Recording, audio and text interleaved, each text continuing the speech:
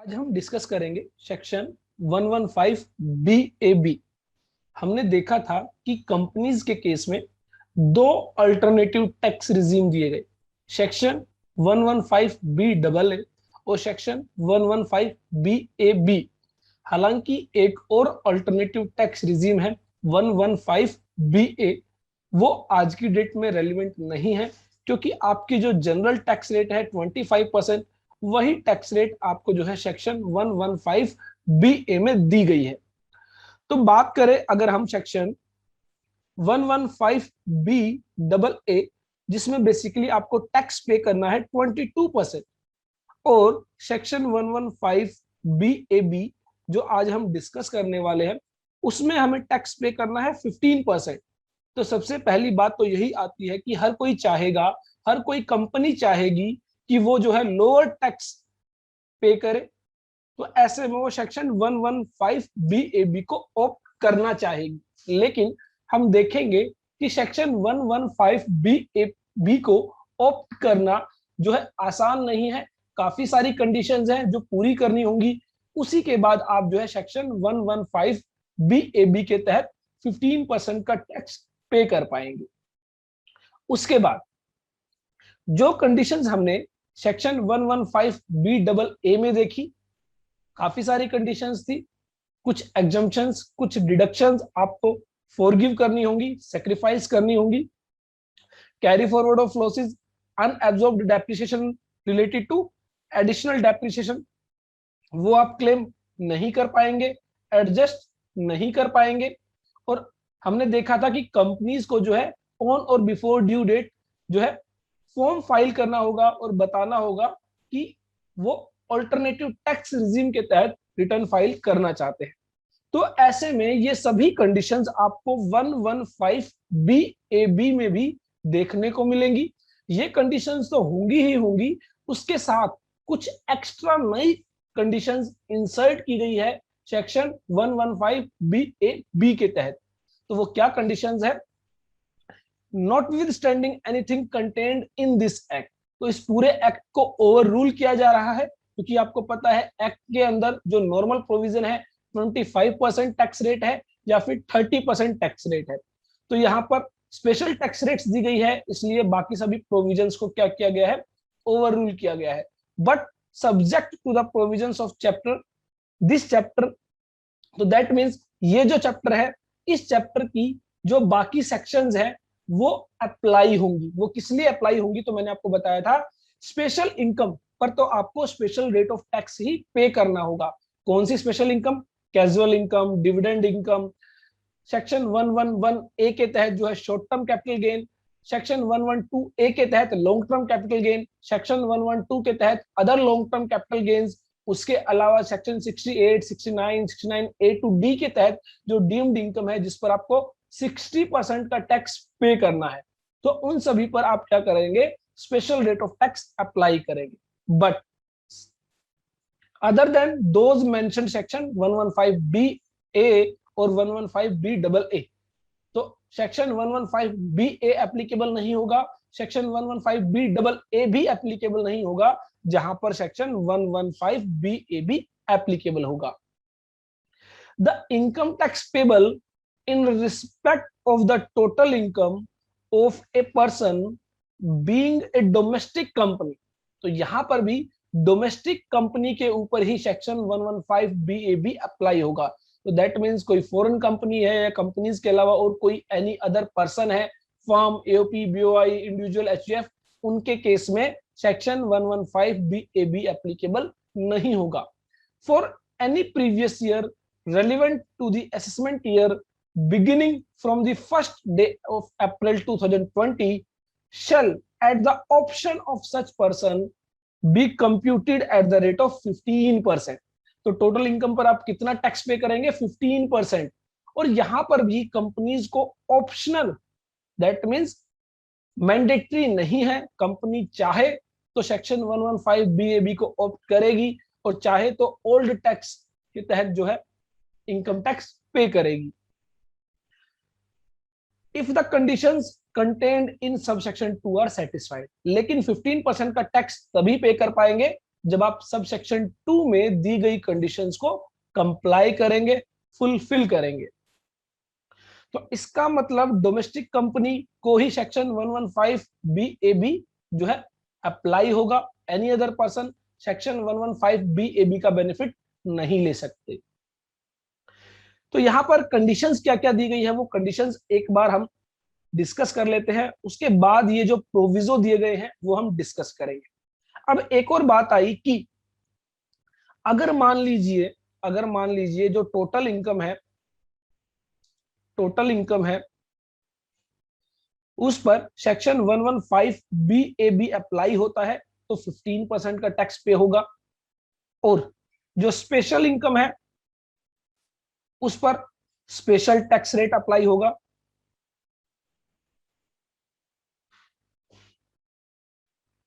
और जो इनके अलावा जो बैलेंस इनकम रह गई उसका क्या होगा, क्योंकि हम देखेंगे कि सेक्शन 115 बीएबी में जो 15% की टैक्स रेट दी है वो सिर्फ और सिर्फ बिजनेस से जो इनकम है उसके रिगार्डिंग दी गई है। बिजनेस के अलावा और कोई इनकम है तो उस केस में 15% की टैक्स रेट अप्लाई नहीं होगी। तो ऐसे में हम देखेंगे जो बैलेंस इनकम होगी जिस पर 15% की टैक्स रेट अप्लाई नहीं होगी, और साथ ही जो स्पेशल इनकम नहीं है उस पर या तो 22% टैक्स पे करना होगा या फिर 30% टैक्स पे करना होगा। ये हम डिस्कस करेंगे सेक्शन 115 बी ए बी को, तो डिटेल में समझेंगे। कौन सी इनकम पर कितना टैक्स देना होगा ये हम डिस्कस करेंगे, लेकिन पहले हम सब सेक्शन 2 में जो दो कंडीशंस दी गई है वो हम डिस्कस कर लेते हैं। तो पहली कंडीशन यहां पर, the company has set up and registered on or after the first day of October 2019 and has commenced manufacturing or production of an article or thing on or before 31st day of March 2023। तो वो companies जो 1 अक्टूबर 2019 के बाद setup हुई है, जिन्होंने अपना business commence किया है, वही कंपनी जो है सेक्शन 115 बी ए बी का बेनिफिट ले पाएंगे। तो कोई कंपनी जो 1 अक्टूबर 2019 से पहले रजिस्टर हुई है, 1 अक्टूबर 2019 से पहले उसने अपना बिजनेस स्टार्ट किया है, वो सेक्शन 115 बी ए बी का बेनिफिट नहीं ले पाएंगे। तो पहली कंडीशन क्या है, जो बिजनेस का सेटअप है, जो रजिस्ट्रेशन है, वो 1 अक्टूबर 2019 के बाद होना चाहिए। उसके अलावा ये जो कंपनी होगी ये कौन सी कंपनी होगी, मैन्युफैक्चरिंग कंपनी होगी। दैट मींस जो कंपनी मैन्युफैक्चरिंग करेगी वही company section 115 B A B को ऑप्ट कर पाएगी, या किसी आर्टिकल्स का प्रोडक्शन करेगी वही कंपनी जो है सेक्शन 115 बी ए बी को ऑप्ट कर पाएगी। तो कोई कंपनी मान लीजिए जो क्या करती है, ट्रेडिंग करती है। ट्रेडिंग मींस गुड्स परचेज किए और उनको सेल किया, उसमें कोई भी अल्टरेशन या कोई भी प्रोसेस अप्लाई नहीं होती है। जैसी गुड्स परचेज की जाती हैं वैसे ही गुड्स सेल कर दी जाती है। तो क्या एक ट्रेडिंग कंपनी के केस में section 115 B A B opt हो पाएगा? The answer is no. इसी तरह एक और कंपनी है जो सर्विस सेक्टर से रिलेटेड है, सर्विसेज प्रोवाइड करती है, ना ही ट्रेडिंग करती है ना ही मैन्युफैक्चरिंग करती है, सर्विस सेक्टर में है, सर्विसेज प्रोवाइड करती है। तो क्या ऐसे में 115 बी ए बी ऑप्ट हो पाएगा? The answer is no. तो आपको क्या देखना है, मैन्युफैक्चरिंग, या फिर प्रोडक्शन, दोनों सिमिलर ही बात है। तो कोई कंपनी जो मैन्युफैक्चरिंग करेगी और प्रोडक्शन करेगी, और ये प्रोडक्शन या मैन्युफैक्चरिंग जो है 31 मार्च 2023 से पहले स्टार्ट हो जानी चाहिए, तो ही वो कंपनी जो है सेक्शन 115 बी ए बी को ऑप्ट कर पाएगी। उसके बाद इसी क्लोज के तहत एक सब क्लोज रखा गया, सब क्लोज 1, जिसमें बताया गया कि आप ये जो बिजनेस सेटअप करेंगे, ये जो बिजनेस रजिस्टर करेंगे, ऐसा नहीं होना चाहिए कि ऑलरेडी एक बिजनेस चल रहा था और आपने उसको स्प्लिट कर दिया, उसको अलग कर दिया, और अलग होने के बाद आपने इसको नए बिजनेस का नाम दिया। तो फॉर एग्जांपल, एक कंपनी थी एबीसीडी लिमिटेड, और क्या किया गया, इसको दो कंपनीज में कन्वर्ट कर दिया गया, एबी लिमिटेड और सीडी लिमिटेड। और सीडी लिमिटेड अब चाहती है कि वो सेक्शन 115 बी एबी का बेनिफिट ले। तो यहां पर कहा गया कि कोई बिजनेस जिसको आप स्प्लिट ऑफ कर रहे हैं वो अलाउ नहीं होगा। उसके अलावा रिकंस्ट्रक्शन, एक कंपनी थी एबीसी लिमिटेड, उसको चेंज कर दिया गया और उसको नाम रखा गया XYZ लिमिटेड। तो कोई इस तरह का रिकंस्ट्रक्शन भी अलाउड नहीं किया जाएगा। तो बेसिकली अगर ऑलरेडी कोई बिजनेस एग्जिस्टेंस में है और उस बिजनेस को आप स्प्लिटिंग अप करके या फिर रिकंस्ट्रक्शन करके नया बिजनेस बनाना चाहेंगे तो वो अलाउड नहीं किया जाएगा। तो the business is not formed by splitting up और the reconstruction of a business already in existence. तो दैट मीन्स जो कंपनी होगी उसको क्या करना होगा, नया बिजनेस सेटअप करना होगा। Provided that this condition shall not apply in respect of a company, business of which is formed as a result of the re-establishment, reconstruction or revival by the person of the business of any such undertaking as referred to in section 33B in the circumstances and within the period specified in the said section। तो एक section है section 33B, अगर उसके तहत जो business है वो re-establish किया गया है या फिर रिकंस्ट्रक्ट किया गया है तो यह जो कंडीशन है यह अप्लाई नहीं होगी। उसके अलावा और जो बिजनेसेस हैं जिन पर सेक्शन 33B अप्लाई नहीं होता उसमें आपको ध्यान रखना होगा किसी तरह का भी स्प्लिटिंग अप या फिर रिकंस्ट्रक्शन ऑफ बिजनेस अलाउड नहीं किया जाएगा। आपको नया बिजनेस सेटअप करना होगा अगर आप 15% के अकॉर्डिंग टैक्स पे करना चाहते हैं। जब नेचुरल क्लेमिटी की वजह से, फ्लड की वजह से, फायर की वजह से डिस्ट्रॉय हो जाता है तो ऐसे में अगर उसको रीएस्टैब्लिश किया जाता है तो बेसिकली सेक्शन 33B के तहत डिडक्शन अलाउ की जाती है। तो अगर सेक्शन 33 की वजह से कोई बिजनेस जो है रीएस्टैब्लिश किया गया है, रिकंस्ट्रक्ट किया गया है, तो ऐसे में क्लोज सब क्लोज 1 में जो कंडीशन दी गई है वह अप्लाई नहीं होगी। तो दैट मीन्स इस केस में सेक्शन 115BAB का बेनिफिट लिया जा सकता है।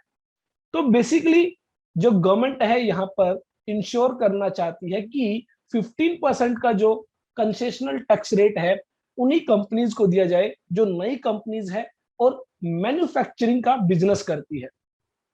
नेक्स्ट कंडीशन रखी गई कि do not use any machinery और plant previously used for any purpose.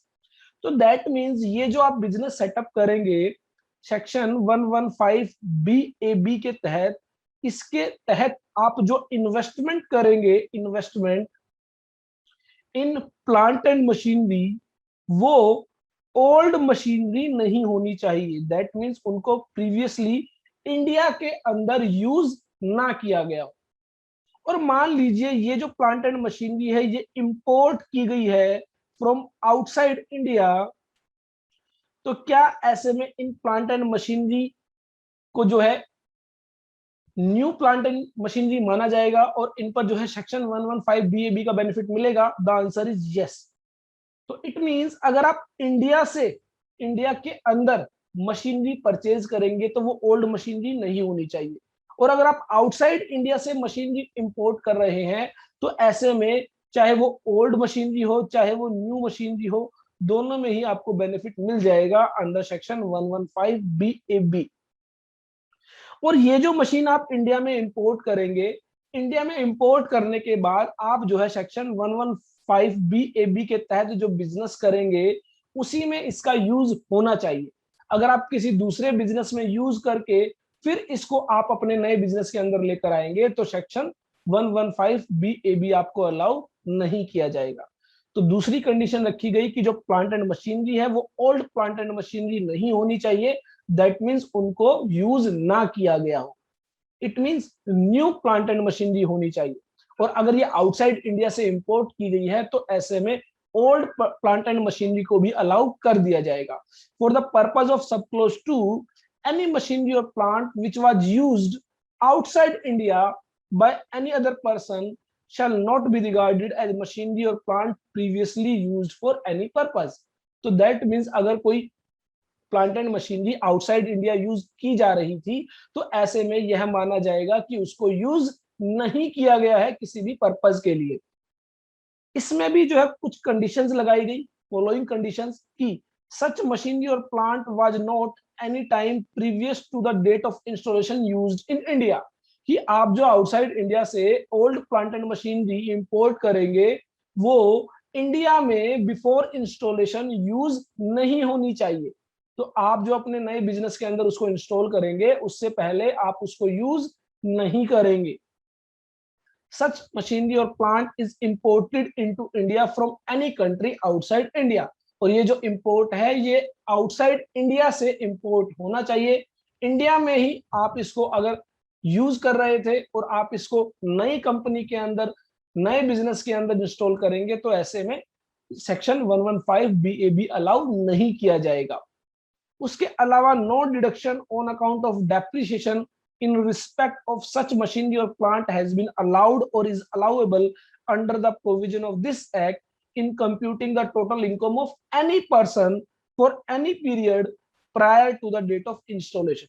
तो जब आप इसको इंपोर्ट करेंगे और न्यू बिजनेस के अंदर इंस्टॉल करेंगे इस पीरियड के बीच में कोई भी डेप्रिसिएशन इस पर अलाउ ना किया गया हो और ना ही किसी ने डेप्रिसिएशन क्लेम किया हो।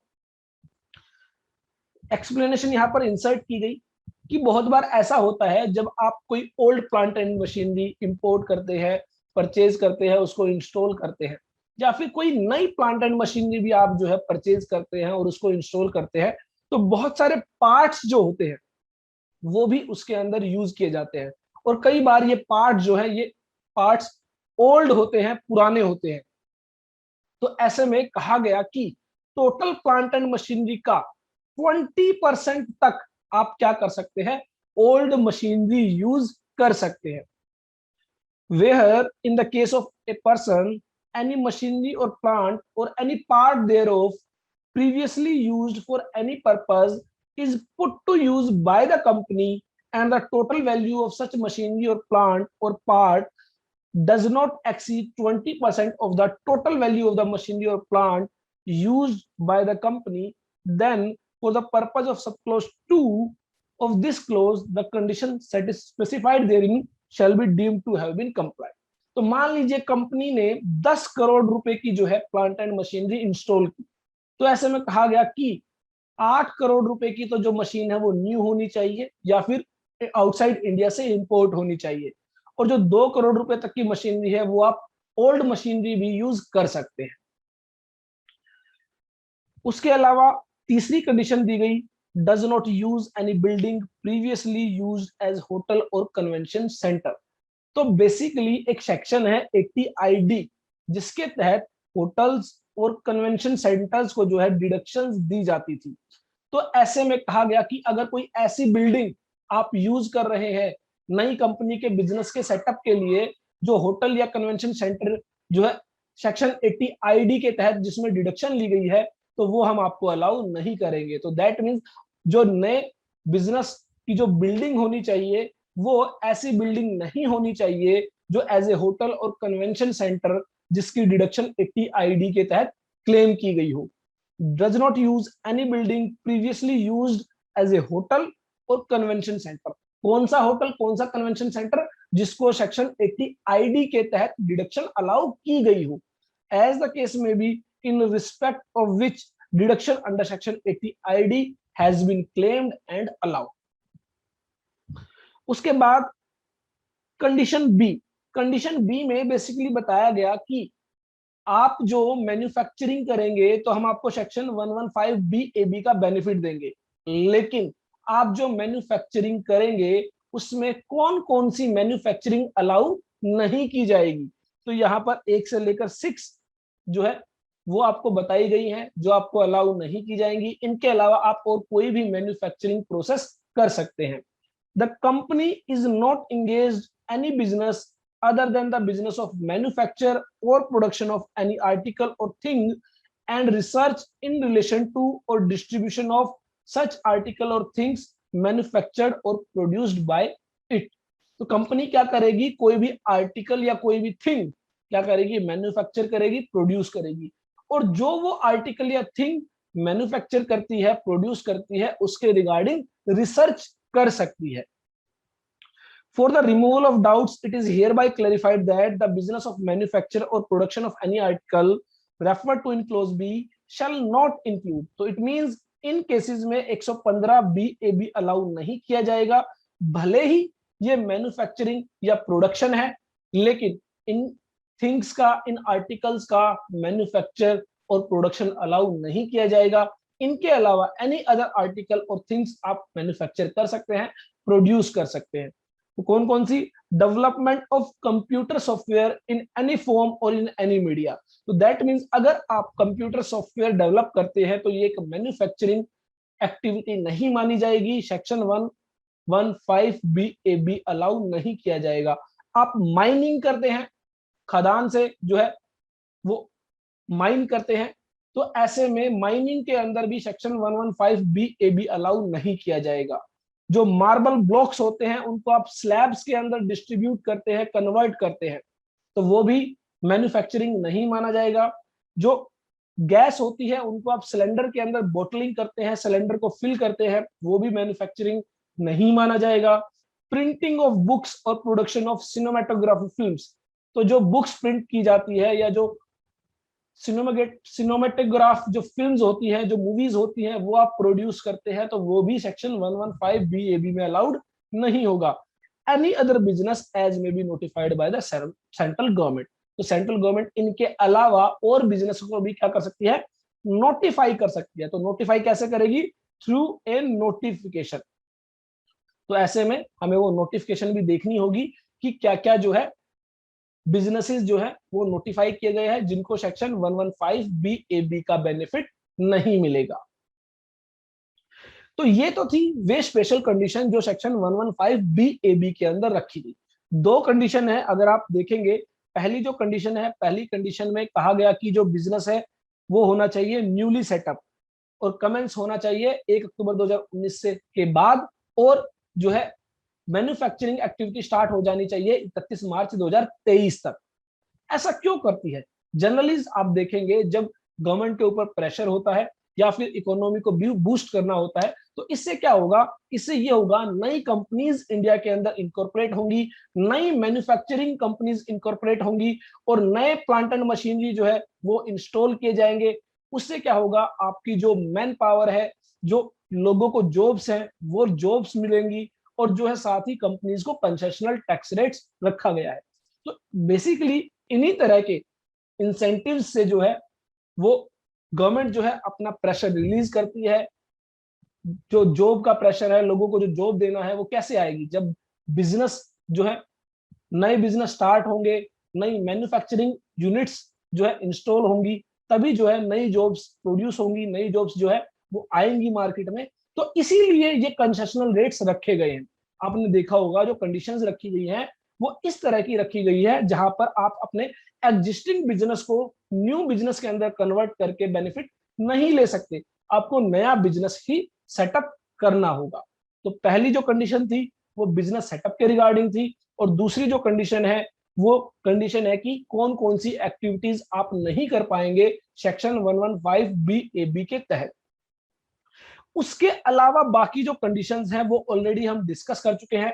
कॉमन कंडीशंस हैं जो सेक्शन 115 BAA में भी थी और यहां पर भी रखी गई है। तो कौन सी कॉमन कंडीशन, कि आपको बहुत सारी डिडक्शंस नहीं मिलेंगी। कौन सी डिडक्शंस, सेक्शन 10AA के तहत जो डिडक्शन मिलती है वो नहीं मिलेगी। सेक्शन 32 के तहत जो डेप्रिसिएशन, कौन सा डेप्रिसिएशन, एडिशनल डेप्रिसिएशन, वो नहीं मिलेगा।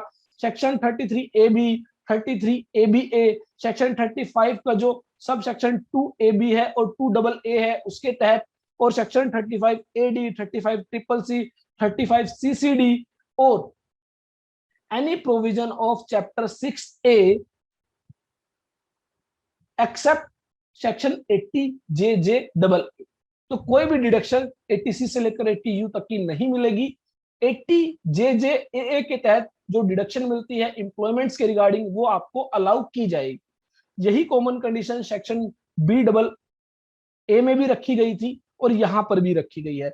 उसके अलावा अगेन वही condition, without setup of any loss or allowance for unabsorbed depreciation deemed so under section 72A where such loss or depreciation is attributable to any of the deduction referred to in subclause 1।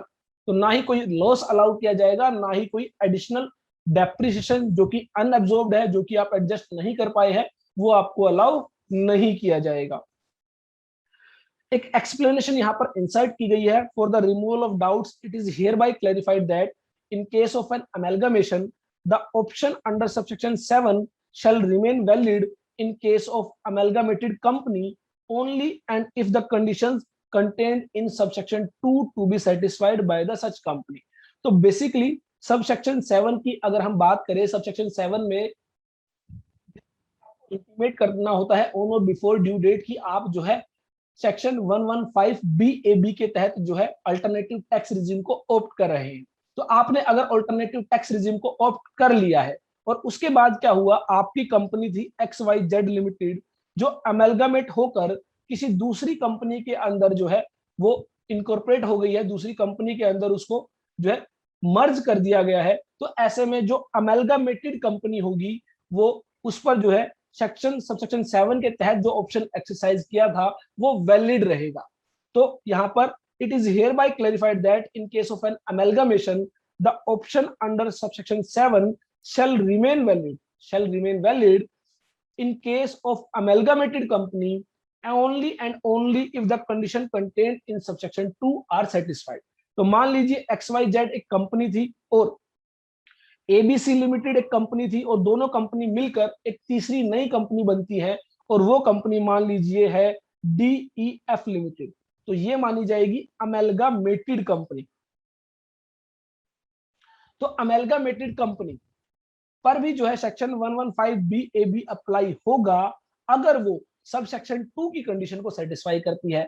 Sub section 2 में दो main condition दी गई थी, जो business setup होना चाहिए वो 1 अक्टूबर 2019 के बाद होना चाहिए और 31 मार्च 2023 तक मैन्युफैक्चरिंग प्रोसेस स्टार्ट हो जानी चाहिए। और जो दूसरी मेन कंडीशन थी जिसमें कहा गया था कि जो है आपको कुछ स्पेसिफाइड बिजनेसेस को अलाउ नहीं किया जाएगा सेक्शन 115BAB के तहत। उसके अलावा अगेन वही बात बताई गई कि जो डेप्रिसिएशन है सेक्शन 32 का जो नॉर्मल डेप्रिसिएशन है वो आपको अलाउ किया जाएगा, लेकिन जो एडिशनल डेप्रिसिएशन है वो आपको अलाउ नहीं किया जाएगा। उसके अलावा यहां पर एक चीज को स्पेसिफिकली और बताया गया है कि जो कंपनीज इलेक्ट्रिसिटी जनरेट करती है, तो जो कंपनी इलेक्ट्रिसिटी जनरेट करती है उनको जो है मैन्युफैक्चरिंग बिजनेस के तहत कवर किया जाएगा और वो जो है सेक्शन 115BAB का बेनिफिट ले सकते हैं।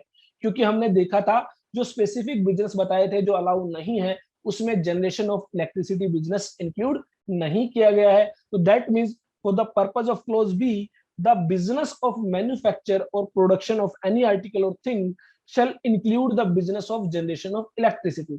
तो स्पेसिफिकली यहाँ पर इसलिए बताया गया है कल को कोई भी डाउट ना रहे कि जनरेशन ऑफ इलेक्ट्रिसिटी जो है सेक्शन 115BAB के तहत कवर नहीं होती है, तो यहाँ पर उसको ऑलरेडी स्पेसिफिकली इंक्लूड कर दिया गया है। उसके अलावा सबसेक्शन 3 में बताया गया द लॉस रेफर्ड टू इन सब close 2 of close C of subsection 2 shall be deemed to have been give full effect and no further deduction for such loss shall be allowed।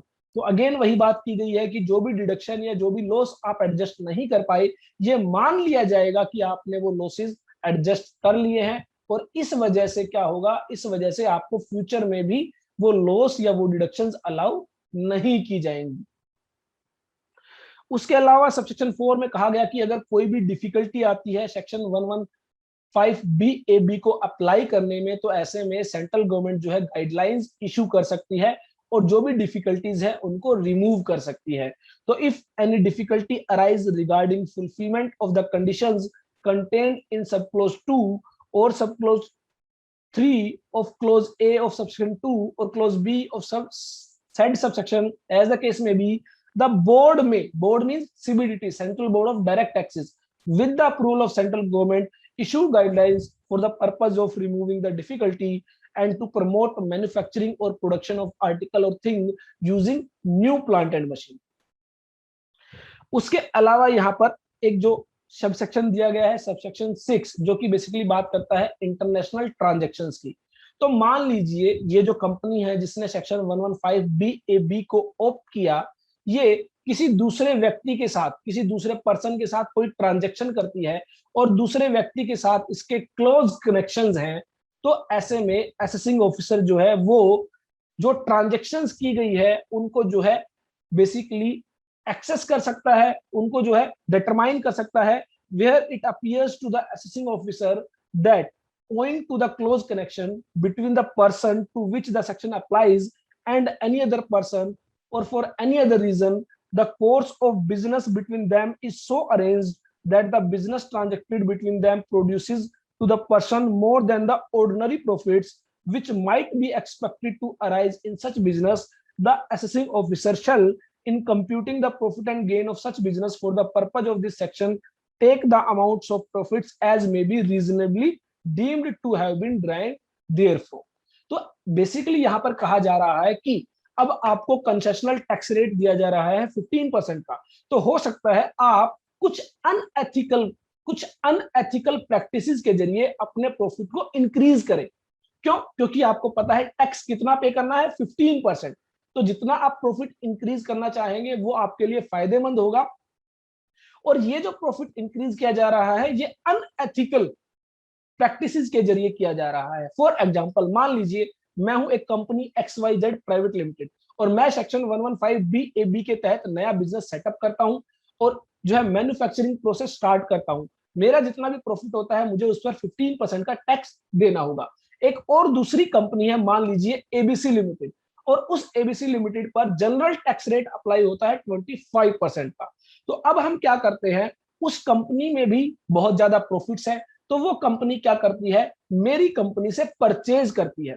तो ऐसे में मैं क्या करूंगा, मैं 100 रुपए की सेल उसको 150 रुपीज में करता हूं, तो दैट मीन्स मेरी जो सेल इंक्रीज होगी वो बाय 150 रुपीज होगी, जबकि उसकी जो परचेज होगी वो 150 रुपीज की मानी जाएगी। तो ऐसे में उसके जो प्रॉफिट्स होंगे वो क्या होंगे, वो रिड्यूस होंगे और मेरे जो प्रॉफिट्स है वो इंक्रीज होंगे। और मुझे 15% का टैक्स पे करना है और उसको 25% का टैक्स पे करना है। अगर मैं ऐसी कोई प्रैक्टिस करता हूं तो असेसिंग ऑफिसर क्या कर सकता है, मेरे उस प्रॉफिट्स को जो है डिटरमाइन कर सकता है और जो है उन प्रॉफिट्स को कम कर सकता है। तो यहां पर जो असेसिंग ऑफिसर है वो क्या करेगा, मेरे प्रॉफिट्स को में रीजनेबली क्या करेगा, ड्राइव करेगा। तो इसके लिए उसको क्या करना होगा, जो भी हमारे फैक्ट्स हैं, जो भी सर्कमस्टांसेस हैं, जो भी सिचुएशंस हैं, उनको देखते हुए असेसिंग ऑफिसर क्या करेगा, वो उन ट्रांजैक्शंस को स्टडी करेगा, डिस्कस करेगा कि उन ट्रांजैक्शंस के अंदर क्या अनएथिकल प्रैक्टिसेस की गई है। और अगर कोई अनएथिकल प्रैक्टिसेस की गई है तो जो प्रॉफिट आपने डिक्लेयर किया है उस प्रॉफिट को एक्चुअल प्रॉफिट नहीं माना जाएगा। असेसिंग ऑफिसर जो प्रॉफिट डिटरमाइन करेगा उस पर आपको टैक्स पे करना होगा। उसके अलावा provided that in case the aforesaid arrangement involves a specified domestic transaction referred to in section 92BA। तो मैंने आपको बताया था इंटरनेशनल ट्रांजैक्शंस अगर कोई इन्वॉल्व है, the amounts of profit from such transaction shall be determined having regard to the arm's length price in clause 2 of section 92F। तो basically section 92F में काफी सारे मैनर्स बताए गए हैं कि इंटरनेशनल ट्रांजैक्शंस के केस में आप ट्रांजैक्शन प्राइस कैसे डिटरमाइन करेंगे। तो वहां पर एक मैनर है आर्म्स लेंथ प्राइस। तो बेसिकली जो मार्केट प्राइस होगा उसके बेसिस पर जो है प्रॉफिट्स निकाले जाएंगे। तो यहाँ पर इंटरनेशनल ट्रांजैक्शंस के रिगार्डिंग बताया गया कि अगर ऐसी कोई अनएथिकल प्रैक्टिस आपने इंटरनेशनल ट्रांजैक्शंस के अंदर भी की है तो ऐसे में सेक्शन 92F के तहत जो आर्म्स लेंथ प्राइस का फॉर्मूला दिया गया है, मैनर दिया गया है, उसके अकॉर्डिंगली जो है आपके प्रॉफिट्स डिटरमाइन किए जाएंगे। तो बेसिकली सबसेक्शन 6 के अंदर जो है गवर्नमेंट इंश्योर करना चाह रही है कि हम आपको कंसेशनल टैक्स रेट तो दे रहे हैं 15%, लेकिन ऐसा नहीं है। इसकी वजह से आप क्या करें, आप अपने प्रॉफिट्स को मैनिपुलेट करना शुरू कर दे। अगर आप प्रॉफिट्स को मैनिपुलेट करेंगे तो ऐसे में असेसिंग ऑफिसर आपके प्रॉफिट्स को डिटरमाइन कर सकता है और अकॉर्डिंगली आपको टैक्स पे करना होगा। Provided that the amount being profit in excess of the amount of the profits determined, the assessing officer shall be deemed to be the income of the person। तो यहाँ पर बेसिकली कहा गया है कि मान लीजिए कंपनी ने प्रॉफिट बताया 100 रुपए, लेकिन जब असेसिंग ऑफिसर ने प्रॉफिट निकाला वो निकाला 120 रुपए, तो ऐसे में 120 रुपए पर टैक्स देना होगा। लेकिन बात आई कितना टैक्स, तो ऐसे में कहा गया कि जितना कंपनी ने बताया था उस पर तो आप तो 15% टैक्स पे करेंगे, और जितना असेसिंग ऑफिसर ने एक्सेस डिटरमाइन किया है उस पर आपको 30% का टैक्स पे करना होगा। तो अब आप जब सब सेक्शन 1 रीड करेंगे तो सब सेक्शन 1 में यही बात बताई गई थी कि अगर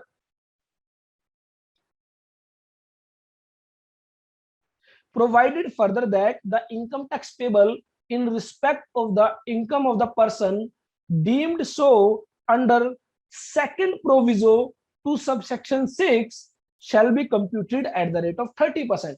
और सबसेक्शन 6 का जो सेकंड प्रोविजो है वहां पर कहा गया है कि अगर असेसिंग ऑफिसर ने जो कंपनी ने जो प्रॉफिट डिक्लेयर किए उससे ज्यादा प्रॉफिट डिटरमाइन किए, तो जितने ज्यादा प्रॉफिट डिटरमाइन किए उस पर 30% का टैक्स पे करना होगा।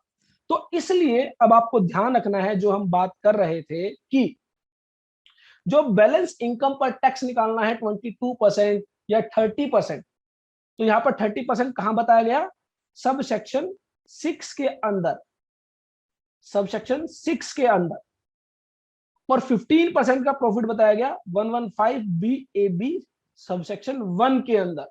और ये कौन सा प्रॉफिट है, जो मैन्युफैक्चरिंग एक्टिविटीज से आएगा। तो मैन्युफैक्चरिंग एक्टिविटीज से जो आपका प्रॉफिट आएगा उस पर आपको कितना टैक्स पे करना है, 15%। और अगर कोई ऐसा प्रॉफिट है जो एओ ने डिटरमाइन किया है, असेसिंग ऑफिसर ने डिटरमाइन किया है, उस पर आपको कितना टैक्स पे करना है, उस पर आपको टैक्स पे करना है 30%। चलिए, अब उसके अलावा जब हमने लॉन्ग टर्म कैपिटल गेन को और शॉर्ट टर्म कैपिटल गेन को डिस्कस किया था, तो हमने देखा था long term capital gain section 112A के तहत आपको जो है टैक्स पे करना है। स्पेशल टैक्स रेट्स दी गई है, तो स्पेशल टैक्स रेट्स के अकॉर्डिंग ही टैक्स पे करना होगा 10%। और 112 के तहत आपको बेसिकली 20% का टैक्स बताया गया। इसी तरह short term capital gain under section 111A में आपको 15% का टैक्स बताया गया, और जो other short term capital gain है उस पर आपको बताया गया स्लैब रेट के अकॉर्डिंग। तो यहां पर कहा गया कि अगर कोई कंपनी ऐसी है जिस पर सेक्शन 115 BAB अप्लाई होता है, तो इन पर तो वो स्पेशल टैक्स रेट्स के अकॉर्डिंग ही टैक्स पे करेगी। लेकिन जो other short term capital gain है जिस पर स्लैब रेट के अकॉर्डिंग कहा गया, तो स्लैब रेट तो हम अप्लाई नहीं करेंगे क्योंकि आप 115 BAB को ऑप्ट कर रहे हैं। तो ऐसे में कहा यहां पर आपको स्लैब रेट के अकॉर्डिंग टैक्स पे नहीं करना। In case of section 115 BAB आपको टैक्स पे करना है 22%। तो यहां पर आप देखेंगे provided that the income tax payable in respect of income being short-term capital gain from transfer of a capital asset on which no depreciation is allowable under this act shall be at the rate of 22%। तो यहां पर एक और tax rate जो हमने बताई थी 22%, ये आपको 115 BAB सबसेक्शन 1 का जो प्रोविजो है, कौन सा proviso, second proviso, third proviso, third proviso के तहत जो है यह टैक्स रेट बताई गई।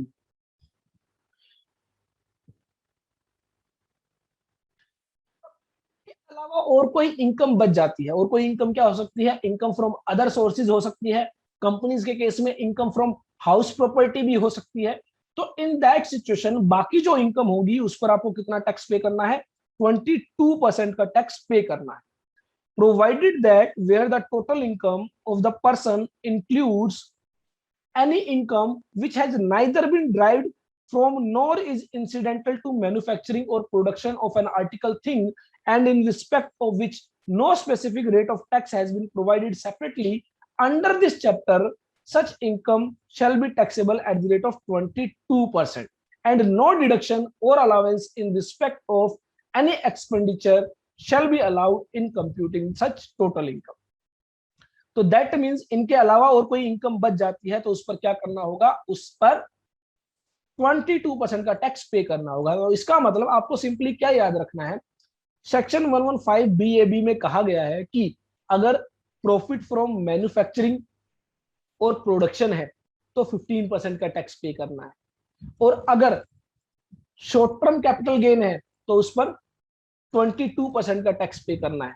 और अगर स्पेशल इनकम है, कौन सी special income, section 111A, 112A, 112, section जो है 68, 69 और 69A से लेकर 69D तक की जो स्पेशल इनकम है जिस पर 60% का टैक्स पे करना है, या फिर उसके अलावा कैजुअल इनकम है, डिविडेंड इनकम है, अगर ये इनकम है तो स्पेशल टैक्स रेट अप्लाई करो। हाँ, अगर शॉर्ट टर्म कैपिटल गेन है स्लैब रेट वाला तो स्लैब रेट अप्लाई नहीं करोगे, 22% अप्लाई करो।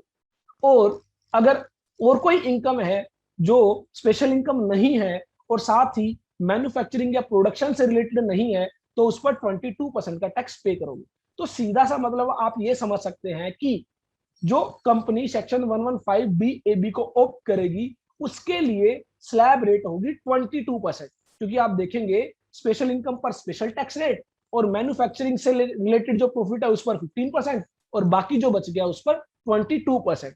एक अलग से इनकम बताई गई सब सेक्शन 6 के अंदर कि अगर आपने प्रॉफिट्स को मैनिपुलेट करने की कोशिश की, प्रॉफिट को इंक्रीज करने की कोशिश की, और ऐसे में असेसिंग ऑफिसर आपके प्रॉफिट्स को डिटरमाइन करता है, और अगर उसने प्रॉफिट्स को ज्यादा डिटरमाइन किया, आपने प्रॉफिट बताया 100 रुपए और प्रॉफिट डिटरमाइन किया गया 120 रुपए, तो 120 रुपए में जो 20 रुपए एक्सेस डिटरमाइन किए गए एओ के द्वारा उस पर 30% का टैक्स पे करना होगा।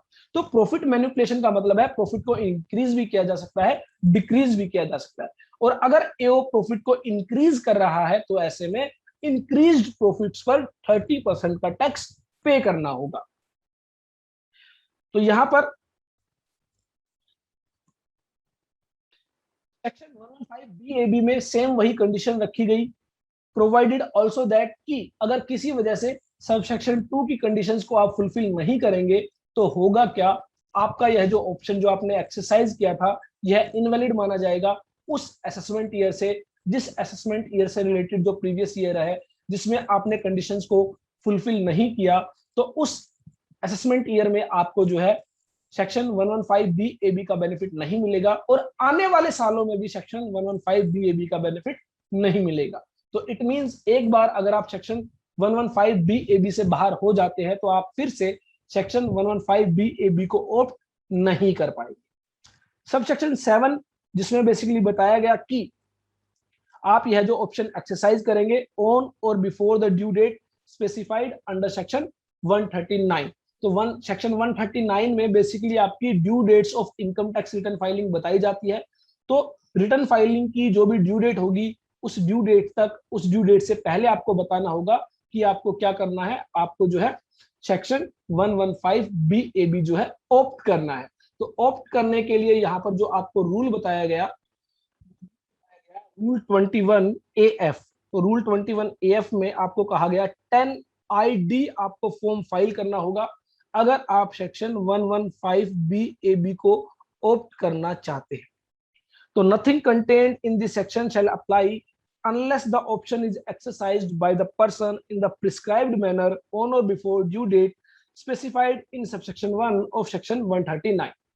तो सेक्शन 139 की अगर हम बात करें जिसमें बेसिकली बताया गया है ड्यू डेट्स क्या है, तो ड्यू डेट आपकी जो है 31 अक्टूबर इन केस ऑफ कंपनीज जो है वो जनरली होती है, और अगर यह एक्सटेंड कर दी गई तो आप एक्सटेंडेड डेट तक जो है यह फॉर्म फाइल कर सकते हैं।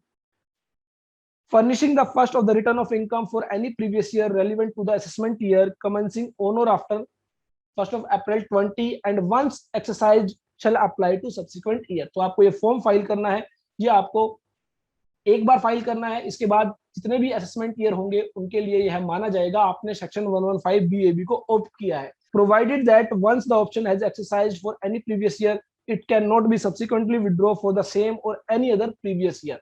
तो अगर आप एक बार इसको जो है एक्सरसाइज कर लेते हैं तो आप इसको विड्रॉ नहीं कर पाएंगे। हाँ, आप कंडीशंस को अगर फुलफिल नहीं करेंगे, कंडीशंस का वायलेशन करेंगे, तो ऐसे में जो है यह विड्रॉ हो जाएगा और आप फिर से ऑप्ट नहीं कर पाएंगे। For the purpose of section 115BAA and this section, the expression unabsorbed depreciation shall have the meaning assigned to it in clause B of subsection 7 of section 72A. तो बेसिकली दोनों ही सेक्शन में, section 115BAA और section 115BAB में जो unabsorbed depreciation बताया गया है, that means आपके पास जो है रिक्वायर्ड प्रॉफिट्स नहीं थे जिनकी वजह से आप जो है डेप्रिसिएशन एडजस्ट नहीं कर पाए, और यह जो डेप्रिसिएशन है, यह डेप्रिसिएशन है रिगार्डिंग जो आपका एडिशनल डेप्रिसिएशन है। तो एडिशनल डेप्रिसिएशन आपको अलाउ नहीं होगा, उसके लिए आपको जो है WDV जो आपकी रिटर्न डाउन वैल्यू है उसी को आप जो है एडजस्ट करते हैं, इंक्रीज करते हैं। हाँ, अगर नॉर्मल डेप्रिसिएशन है वो अगर अनएब्जॉर्ब्ड है, आपने लास्ट ईयर एडजस्ट नहीं कर पाए थे, उसको आप एडजस्ट कर पाएंगे। तो लीगल प्रोविजन से जहां पर अगर आप 15% का कंसेशनल टैक्स रेट पे करना चाहते हैं तो इन सभी कंडीशंस को, इन सभी प्रोविजंस को आपको कंप्लाई करना होगा। हो सकता है अगर कोई भी कंपनी मान लीजिए आपसे पूछना चाहती है कि हमें कौन सा टैक्स रेट ऑप्ट करना चाहिए, जनरल टैक्स रेट 25% या फिर 22% या फिर 15%, तो आपको basically company to company study करना होगा कि उस कंपनी के लिए कौन सा जो सेक्शन है वो बेनिफिशियल होगा। क्या उसके लिए ओल्ड टैक्स रिजिम बेनिफिशियल होगा या फिर उसके लिए new tax regime, alternative tax regime beneficial होगा। क्योंकि आप देखिए ट्रेडिंग कंपनी के केस में या फिर सर्विस सेक्टर कंपनीज के केस में यहां पर सेक्शन 115BAB आपको अलाउ ही नहीं किया जाता। तो ऐसे में 15% का टैक्स रेट उन कंपनीज के लिए इररेलेवेंट हो जाता है जहां पर वो कंपनीज ट्रेडिंग कर रही है या फिर सर्विसेज प्रोवाइड कर रही है। तो ऐसे में अब आप उनको गाइड नहीं कर सकते। और कोई कंपनी है, मैन्युफैक्चरिंग कंपनी है, तो अगेन आपको फिर से देखना होगा कि वो जो कंपनी है नई कंपनी होनी चाहिए, नया बिजनेस होना चाहिए, नई प्लांट एंड मशीनरी होनी चाहिए, तो ही आप 15% का टैक्स रेट अप्लाई कर सकते हैं। तो हमेशा ध्यान रखें जब भी कोई आपसे पूछना चाहे कंपनीज के केस में क्या बेटर रहेगा, तो आप इजिली आंसर नहीं कर सकते। आपको ईच एंड एवरी जो एस्पेक्ट्स है उस कंपनीज के रिगार्डिंग वो स्टडी करने होंगे, क्योंकि सेक्शन 115BAA जहां पर 22% की टैक्स रेट दी गई है वहां पर भी कुछ कंडीशंस दी गई हैं, जैसे कि आप कोई डिडक्शन क्लेम नहीं करेंगे। तो मान लीजिए किसी कंपनी के केस में अगर कोई डिडक्शन है तो आपको फिर से कंपेयर करना होगा कि डिडक्शन क्लेम करना बेटर रहेगा या डिडक्शन को छोड़ना बेटर रहेगा। डिडक्शन क्लेम करते हैं तो कितना टैक्स आएगा, और डिडक्शन अगर क्लेम नहीं करते हैं तो 22% के अकॉर्डिंग कितना टैक्स आएगा, उनको आप कंपेयर करेंगे और जो बेनिफिशियल होगा वो आप ऑप्ट करेंगे। लेकिन ध्यान रखें सेक्शन 115BAA में जो है आप ये ऑप्शन बार बार एक्सरसाइज नहीं कर सकते। एक बार आपने ऑप्शन एक्सरसाइज कर लिया फिर जो है आप उसको विड्रॉ नहीं कर सकते, और किसी वजह से विड्रॉ हो गया तो आप उसको दोबारा ऑप्ट नहीं कर पाएंगे। सेम सिचुएशन है 115BAB के लिए जहां पर 15% का टैक्स पे करना है। हो सकता है सबको अच्छा लगता है कि 15% का टैक्स रेट, अगर हम एक इंडिविजुअल के केस में भी देखें 10 लाख रुपए से ज्यादा की जो इनकम है उस पर 30% का टैक्स रेट है, और कंपनीज के केस में जो है सिर्फ 15% का टैक्स रेट है। लेकिन आप देख रहे हैं कि उसमें बहुत सारी कंडीशंस दी गई है। तो अगर कोई नई कंपनी बना रहा है, उसको ट्रेडिंग का बिजनेस कर रहा है, तो उसको 15% का तो बेनिफिट मिलेगा ही नहीं। तो इसलिए सेक्शन 115BAA, सेक्शन 115BAB और ओल्ड टैक्स रेट्स को आपको जो है कंपैरेटिवली स्टडी करना होगा, और जहां पर आपको लगता है जो आपके लिए बेनिफिशियल है वो आप ऑप्ट करेंगे। हाँ, अगर अल्टरनेटिव टैक्स रिजीम में जाते हैं तो आप उसको विड्रॉ नहीं कर पाएंगे। तो ये आपको ध्यान रखना।